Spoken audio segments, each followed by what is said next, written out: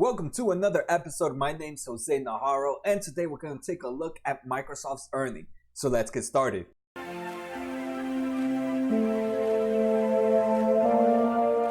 Microsoft reported earnings today, January 29th, 2020, and after hours is looking pretty strong for Microsoft. Right now it's up about 4.1%, about $7 up, ending at $175 flat. So let's take a look at how earnings ended up doing. The first thing we want to take a look at is Microsoft did beat earnings $1.51, beat by 19 cents. They also did revenue of $36.9 billion, which was a 13.6% growth compared to the same time last year. And it was a beat by $1.2 billion. That is a huge beat, and I can see why the shares are up after hours. Microsoft also gave us guidance for the next quarter, quarter three, and they expect to be $34.1 billion to $34.9 billion in revenue, which matches what is expected. And let's take a look at what quarter three was last year for this company. Quarter three last year was $30.5 billion. So from 30.5, they expect up to 34. So that's about a 10% growth year over year when we're taking a look at future quarters.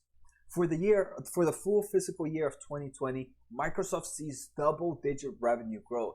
That's pretty impressive that these big companies, the last company I just did was Facebook, all these companies, even though they're such big companies, they still are experiencing huge amount of growth of revenue year after year. For the quarter three, they also break down what type of revenue they expect for all sectors. Microsoft, like we'll see, has three main sectors. The first sector is productivity and business process. The second sector is intelligent cloud, and the third sector is more personal computing. And they gave us guidance between these, but I don't think I'm gonna mention them. The only thing that I'm gonna mention is that all the numbers that they expect for their guidance meet what is expected by analysis. So they're all matching up together. They're all in line, which is good news because most of the time these companies give a little bit more conservative on their expected revenue. So we might be seeing a beat again in quarter three of 2020. The final thing I'm going to take a look at is Microsoft's forward PE ratio with the current price.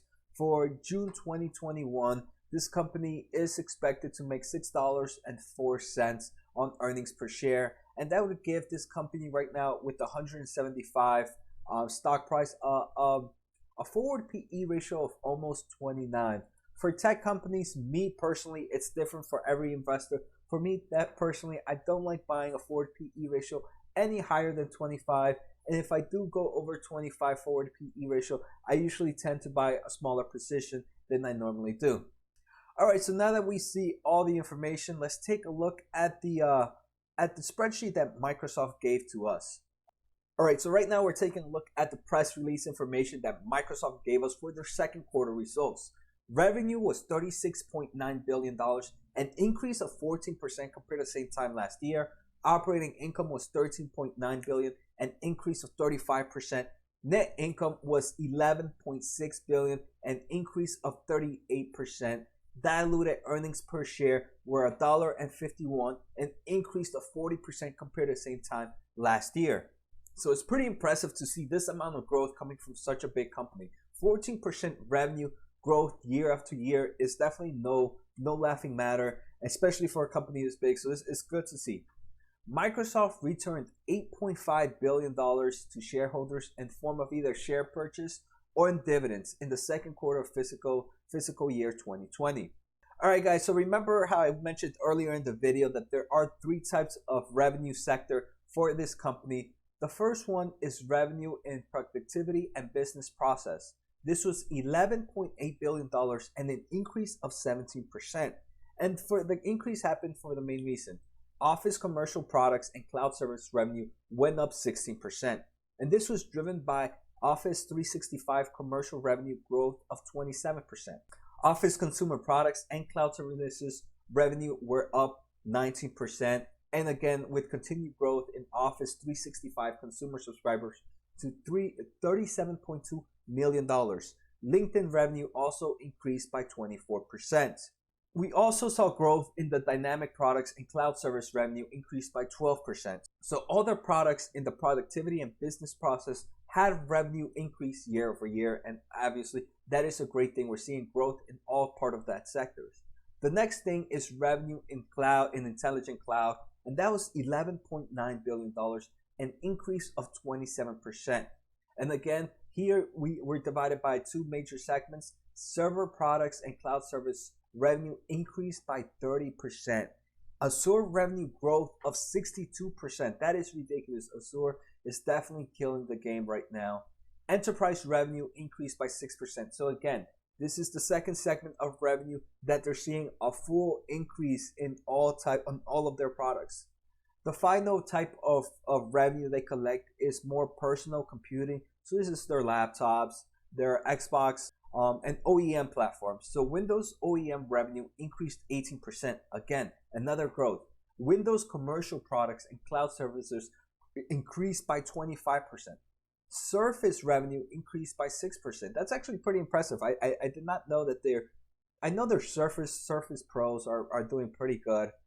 I see them all over Best Buy, but I didn't know 6% growth is a decent growth. Search advertising revenue, excluding traffic acquisition costs, increased 6%. So the only thing in Microsoft's catalog that decreased in revenue was Xbox content and service revenue, which decreased by 11%. But this makes sense, right? We are at the end of this gaming platform era. We're waiting for the new game consoles to come out this upcoming December. So it's expected to see the slowdown in that revenue. So now let's take a look at that segment revenue we just took a look at and just see how much growth happened between them. So productivity and business process grew 17% compared to the same time last year. Intelligent cloud grew 27% compared to the same time last year, and more personal computing grew 2% compared to the same time last year. And here, these are all the products across all those revenues that we just took a look at. And the main ones I wanted to take a look at is Office 360 commercial, 27% increase. LinkedIn, we can see LinkedIn is becoming a very strong platform, 24% increase.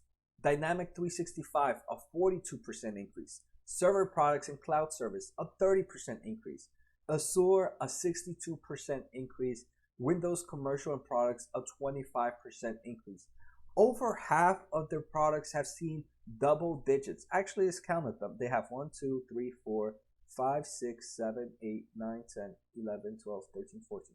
They have 14 products, and out of those 14 products, 1, 2, 3, 4, 5, 6, 7, 8, 9, 10.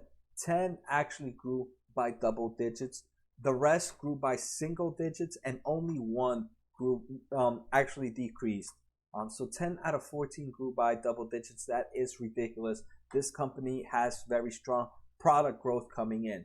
Next, let's take a look at this company's income statement. We already talked a lot about this company's revenue, so there's no point in re-mentioning that. But now let's take a look at this total cost revenue.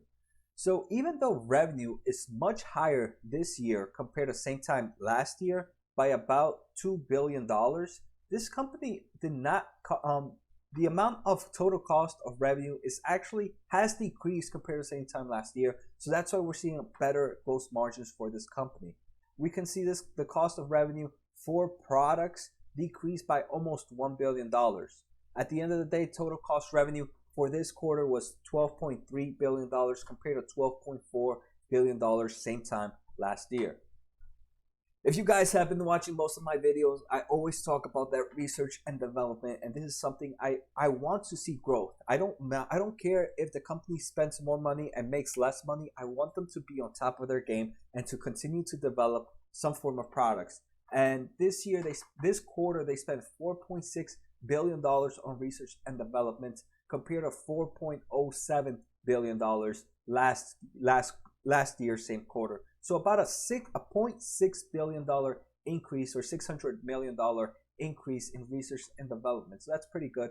The next thing, we also see an increase in sales and marketing. Last year was about 4.6. This year is sitting at 4.9 for this quarter. And that means that they have more, they're doing more to sell more products. And we can see it's working because they have that huge revenue growth. The next thing I want to take a look at is is this company's weighted average shares. Diluted shares this quarter is sitting at 7.69 billion shares compared to the same time last year 7.76. So they bought back about a little less than 100 million shares, but we can see this company is definitely buying back shares at the moment. Next, let's take a look at this company's balance sheet. And if you guys, like I said, this is my favorite statement to take a look at. It tells you everything you need to know about the company.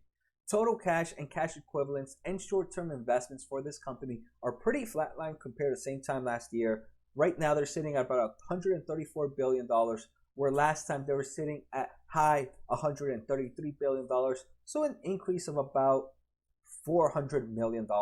Nothing to really brag about, but it's good to see them being flat, to have at least a flat line. You would hate to see a decrease in total cash and cash equivalents. If we take a look at total current assets, though, total current assets dropped down by about $8 billion. Last year was sitting at $175 billion. Right now they're sitting at $167 billion. And one of the biggest downfall here, where accounts receivable, they had about $6 billion less accounts receivable this quarter compared to the same time last quarter. But that to me does, when I take a look at total current assets and total current liabilities, accounts receivables and accounts payable are some things I don't really take too serious, because it all depends on where they made the payments and when they receive payment. This company might have just received their payment a little bit sooner, so it shows that accounts receivable due to them is much lower. So total current assets right now is showing that decrease of about $8 billion. But that to me is no biggie, especially since most of it comes from accounts receivable. At the end of the day, total assets are down about $4 billion. Total assets last year, same quarter, were about $286 billion. Right now it's sitting at $282 billion. And the main reasons was that decrease in total current assets, but we did see an increase in property and equipment. Again, a $4 billion decrease in total assets for the year is not something to really worry about. If it was more, if it was a double-digit value, I think I would definitely spend more time looking at what was happening. Next, let's take a look at this company's liability. Total current liabilities for this company are about $10 billion less this quarter compared to the same time last quarter. Last quarter was $69 billion. This quarter we're sitting at $59 billion. And the biggest change here is actually short-term and unearned revenue. So it seems that they just have lower deferred revenue this time compared to last time. Again, this is something that just comes and goes, so it's not something to really be worried about, to be really focused on. Long-term debt, this is actually good. Long-term debt last year was $6.6 billion. This year, $63.3 billion. So a decrease of about $3 billion in long-term debt. This is something you definitely want to see, them paying off their long-term debt at a good pace. So they paid $3 billion in this quarter alone. At the end of the day, total liabilities are less this quarter compared to the same time last quarter. Same time last quarter was $184 billion. Right now it's sitting at $172 billion, a decrease of $12 billion. But remember, a good portion of that came from total current liabilities. So it's nothing to really be too proud about. The only thing I really like here is that long-term debt dropped down by about $3 billion. The final statement we're going to take a look at is the cash flow statement. And here, the only thing I want to take a look at is net cash flow from operations. So net cash flow from operations this quarter was $10.6 billion compared to $8.9 billion last year. So they have more positive cash flow from everyday company use, which is a good thing. And one thing to take a note in is this company is actually paying a lot more income tax this quarter compared to the same time last year, and they still have more net cash flow from operations. This quarter, they paid about $471 million in taxes, where last year they only paid $64 million. And that's where the biggest change happens here. We can take a look, even in the past 6 months, this company paid over 2 times as much income taxes as it normally does. And we can see and they're still collecting higher net cash flow from operations. Repayment on debt. Now let's take a look at the financing cash flow. This quarter, this company barely paid back any debt, sitting at $18 million paid back in debt. But one thing to note is for this past 6 quarters, this company paid about $2.5 billion in debt this year.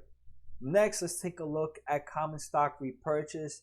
This company is actually buying similar levels of stock as it was same time last year.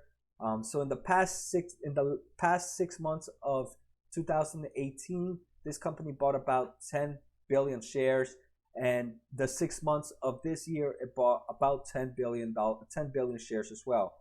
This quarter, this company bought 5.2 billion shares, and same time last year bought 6.4 billion shares. So this company is buying back in shares, and it's definitely buying it at a similar pace. So we could expect more purchases happening throughout the rest of the quarters. So that's everything I have for Microsoft today. Microsoft is definitely pretty good. I mean, let's take a look at what we saw. We saw huge revenue growth for this company. We're seeing double-digit growth. We're seeing over about 70% of all their products are seeing double-digit growth, and the other percent are seeing high single-digit growth. So that's definitely good. This company has a very strong future ahead of itself. For quarter three of 2020, this company is also seeing about a 10% growth, as we saw. This company has a very balanced, a very good balance sheet, right? It has enough total cash and cash equivalents to pay off all its long-term debt if it needs to, right? Total cash is sitting at $134 billion. Long-term debt is sitting at $63 billion. So this company can pay off its total long-term debt with all its cash if it ever needs to. It doesn't need to, but it's just a good way to see that this company is not going anywhere soon. The other thing is we're seeing this company increasing its research and development costs, which is also good. This company needs to make sure it's up to date with the products, is producing the best products of all time, and is also increasing its sales and marketing team. One thing, next we see this company continues to have a strong buyback program, and it continues to provide positive net cash flow from operations and increases that value and increase its margins. So to me, Microsoft is definitely looking like a very strong company. The only thing I would say is bad is right now sitting at about a 29 PE ratio is definitely a little too high for me. I tend to prefer a tech stock of around 25 PE ratio, but 29 is not too horrible. If I didn't have a position right now, I might open up a small position, but since I do have a position, I'll just continue to hold at the moment. So let me know what you guys thought of Microsoft. I also did a video on Facebook earlier today, so check that out. And yesterday I did Apple and AMD, so check those out. Make sure to subscribe. Let me know what you guys think. Take care and have a good night.